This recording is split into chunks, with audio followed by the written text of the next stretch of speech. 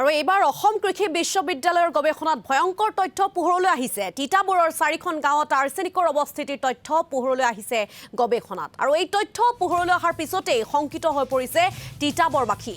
হলগুৰি, বছাগাঁও, নাঙলগাঁও, লেহেং বেবেজিয়াত আৰ্ছেনিকৰ অৱস্থিতিৰ তথ্য পোহৰলৈ আহিছে। পানীৰ পৰা চাউললৈ আৰ্ছেনিক বিয়পি পৰাৰ তথ্যই ধান বিক্ৰীৰ ক্ষেত্ৰতো পেলাইছে প্ৰভাৱ। আৰু এই বিষয়টোক লৈ দেখা পোৱা গৈছে প্ৰতিক্ৰিয়াৰ সৃষ্টি হৈছে। আৰু এই সন্দৰ্ভত আমাক অধিক তথ্য জনাব আমাৰ উজনি অসমৰ ব্যুৰ পৰমানন্ত বৰাই। অসম কৃষি বিশ্ববিদ্যালয়ৰ যি গৱেষণা, তিতাবৰৰ যি 4খন গাঁৱৰ পৰা যি চেম্পুল কালেক্ট কৰিছিল আৰু সেই পানীৰ চেম্পুল, মাটিৰ চেম্পুল, তাৰপিছত এটা তথ্য ওলাইছিল যে এই 4খন গাঁৱত আৰ্ছেনিক 3 পোৱা গৈছে। সেই আৰ্ছেনিক কেৱল পানীতে যে পাইছে তেনে কথা নহয়, পানীৰ উপৰিও তেওঁলোকে কৈছে যে মাটিলৈ কিছু আৰ্ছেনিক আহিছে আৰু মাটিৰ পৰা ধানৰ গুটি অৰ্থাৎ চাউললৈ সেই আৰ্ছেনিক বিয়পি পৰিছে। এই মুহূৰ্তত মই তিতাবৰৰ হলগুৰি গাঁওখনত উপস্থিত আছোঁ। সেই 4খন গাঁৱৰ ভিতৰত এখন হৈছে হলগুৰি, আৰু হলগুৰিৰ মই এটা ধান বিক্ৰী কেন্দ্ৰত উপস্থিত আছোঁ। কাৰণ যিহেতু তিতাবৰৰ চাউল বুলিলে বিখ্যাত, বিশেষতঃ মাধৱপুৰৰ চাউল, আৰু এই চাউল বিক্ৰী বা ধান বিক্ৰীৰ ক্ষেত্ৰত যথেষ্টখিনি এই কথা ওলোৱাৰ পিছতে যথেষ্টখিনি বাধাৰ সৃষ্টি হৈছে।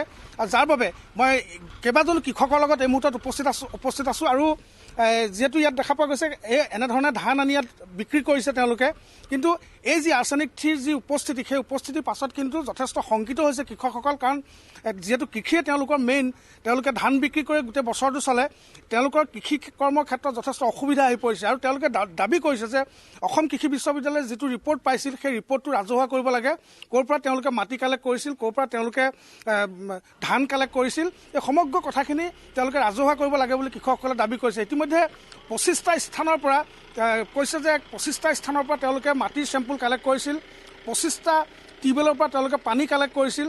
ঠিক এনেধৰণে কালেক্ট কৰি তেওঁলোকে 2022 চনত আৰম্ভ কৰিছিল। 2023 চনত এটা ৰিপৰ্ট ওলাইছিল, আৰু সেই 23 চনৰ ৰিপৰ্টটো মতে যথেষ্ট এটা ভয়ংকৰ তথ্য বাহিৰ হৈছিল। তাৰপিছতে বিভিন্ন প্ৰতিক্ৰিয়াৰ সৃষ্টি হৈছে। কিন্তু আটাইতকৈ ডাঙৰ কথা যে ইমান এটা ভয়ংকৰ কথা ওলোৱাৰ পিছতো কোনো ধৰণৰ কৃষি বিজ্ঞানী বা চৰকাৰৰ ফালৰ পৰা কোনো ধৰণৰ এই মুহূৰ্তলৈকে পদক্ষেপ গ্ৰহণ কৰা নাই। এই 4খন গাঁৱৰ ওচৰত, এই 4খন গাঁৱৰ প্ৰত্যেকৰে এজন কৃষক মোৰ লগত উপস্থিত আছে। এই মুহূৰ্তত হলগুৰিৰ যিজন কৃষক আছে, মই তেখেতৰ লগত অকণমান কথা পাতিব বিচাৰিম।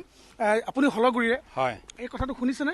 এই কথা আমি এনে টিভি হেৰিয়াতে শুনিছোঁ, আৰু আজি আপোনালোকৰ চেনেলৰ যোগে আমি এতিয়া কথাটো হৈছে কি, এই যে আৰ্ছেনিকৰ কথাটো, এই ক্ষেত্ৰত কোনোবা বিজ্ঞানী বা চৰকাৰৰ মানুহ আপোনাৰ গাঁওখনলৈ কথাটো ওলোৱাৰ পিছত পৰীক্ষা নিৰীক্ষা কৰিবলৈ আহিছে নেকি? নাই আমি গম পোৱাত এতিয়ালৈকে আমাৰ হলগুৰি যিটো অঞ্চল আমি গম পোৱা নাই অহাটো। কিন্তু আপোনালোকে কি বিচাৰে এইটো সম্পৰ্কত? আমি বিচাৰোঁ মানে এতিয়া আপোনাৰ 4খন নে 5খন গাঁৱৰ কথা কৈছে আপোনালোকে শুনিছোঁ। ইতিমধ্যে আমাৰ এই অঞ্চলৰ ভিতৰত তিতাবৰ অঞ্চলৰ এই অঞ্চলটোতে কৃষি ধান খেতিটো বেছি ভাল হেৰি হয়। আৰু ইতিমধ্যে আমি প্ৰায় 80% কৃষক আমি কৃষিয়েই আমি জীৱিকা প্ৰাণী, আমি কৃষিৰ ওপৰতে ভিত্তি। আৰু এনেকুৱা এটা কথা হেৰি ওলায়, সমস্যা আহে, তেতিয়া কৃষকৰ এটা সমস্যা, বৃহৎ ডাঙৰ এটা সমস্যা আহিব। সেইটো সম্পৰ্কত আৰু আমি ইয়াৰ ওপৰত চৰকাৰে তাৰ পদক্ষেপ ল'বৰ কাৰণে আমি আহ্বান জনাইছোঁ। আপুনি কোনখন গাঁও আছিল?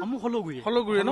কি ক'ব এই মুহূৰ্তত কৃষকৰ ক্ষেত্ৰত ব্যাঘাত আহিছে? হয়, ব্যাঘাত আহিছে। কাৰণ আমি কৈ যোৱা হৈছে যে আমি আজি এই অঞ্চলটোৰ ৰাইজ আমি সৰহখিনি মানে কৃষকে, আমি খেতিয়ক মানুহে। আৰু যদি প্ৰকৃততে যদি এইটো যদি কিবা এটা যদি পৰিমাণ যদি পাইছে, আঁচনি যদি ওলাইছে, তেতিয়া আমাৰ হিমন্ত বিশ্ব শৰ্মা ডাঙৰীয়া দেৱে বহুত ডাঙৰ কামো মানুহক মানে সহায় সহযোগে আগুৱাই লৈ গৈছে, হয়নে নহয় বাৰু? যে আমাকো এই বস্তুটো কিবা এটা নিমূল কৰি যে আমাকো কিবা এটা ব্যৱস্থা কৰিব লাগে, নহ'লে কৃষকখিনি ভৱিষ্যতে এটা বিপদৰ সন্মুখীন হ'ব নহয় বাৰু? বিপদৰ সন্মুখীন হ'ব এটা। আপুনি কোনখন গাঁও আছিলে? হয়, পৰমানন্ত বৰা, এই মুহূৰ্তত আপুনি অধিক তথ্য আমাক আগবঢ়োৱাৰ বাবে ধন্যবাদ জ্ঞাপন কৰিছোঁ।